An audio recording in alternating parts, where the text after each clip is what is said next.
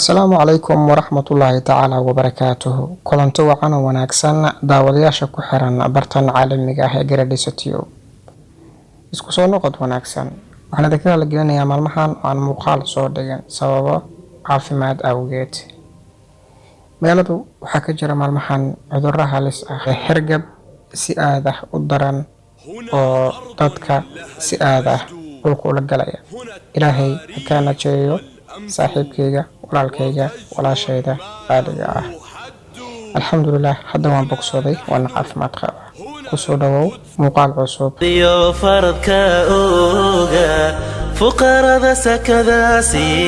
waqtigu ha kuu wacnaado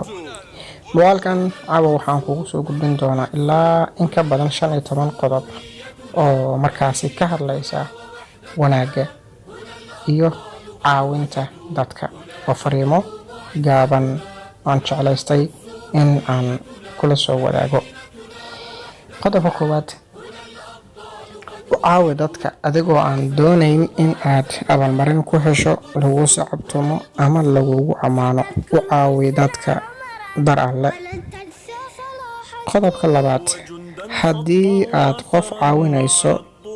aad ka filato in uu dib wax ugu soo celiyo waxaad samaynaysaa ganacsi ee ma samaynaysid naxariis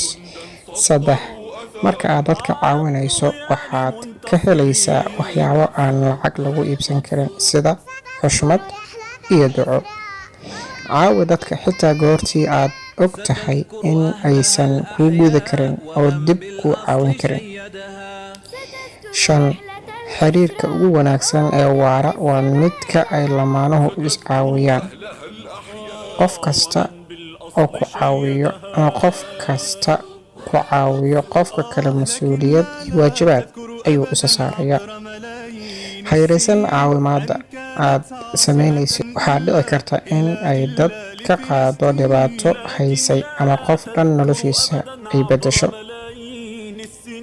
toddoba caawinta dadka waxa ay keentaa saameyn weyn goortii aad qof caawiso waxa ay dareemaan in ay waajib ku tahay iyaguna in ay qof ama dad kale sii caawiyaan sideed waxay naftaadu dhinac kasta ka kortaa goortii aad wax bixiso dadkana caawiso waxay isbeddel kugu keeni kartaa siyaabo aadan weliga filanaynin sagaal caawintu waa mid ka mid ah waxyaabaha ugu sarreeya aad dunidan samayn karto muuqaal ahaan keliya ma dareemaysid waxa aad xitaa dareemaysaa wanaag gudaha ah toban ogsanow goortii aad ehelkaaga ama walaalkaaga ku caawiso in aad wixii qaldan ama gaf ah ka qabato ayaad u heelisay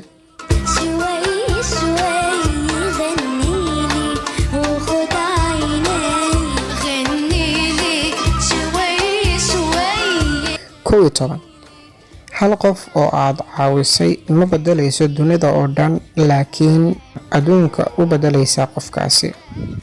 12 waxaa jira laba nooc oo dadka kale ah qaatayaal iyo bixiyayaal kuwa wax kasta kaligood qaata laga yaabo in aysan si fiican wax u cunin laakiin kuwa dadka ku caawiya in ay wax bixiyaan waxay u seexdaan si fiican oo farxad leh 13 dadka guulaystay waxay mar kasta raadiyaan fursado ay ku caawiyaan dadka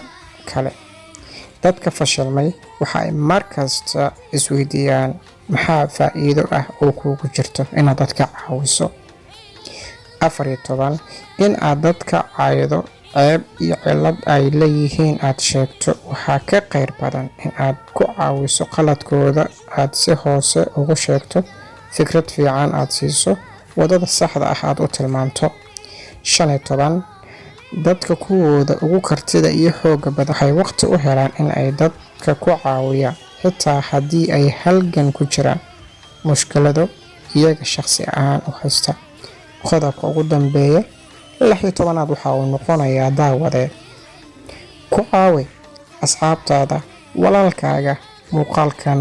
quruxda badan leh in uu daawado si uu qodobadan aan soo sheegay wax uu uga faa'iido waxay ka mid tahay qayb weyn oo caawinta ah inaad muuqaalkan siid gaarsiiso aniga igu caawi,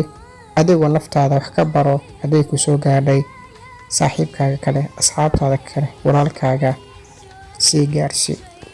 waa mahadsan tahay. muuqaal xiga intaynu ku kulmi doono waxaan idiin leeyahay caafimaad ku waara, ismaqal aragti dambe oo xiiso leh. asalaamu calaykum waraxmatullaahi tacaala wabarakaatuhu.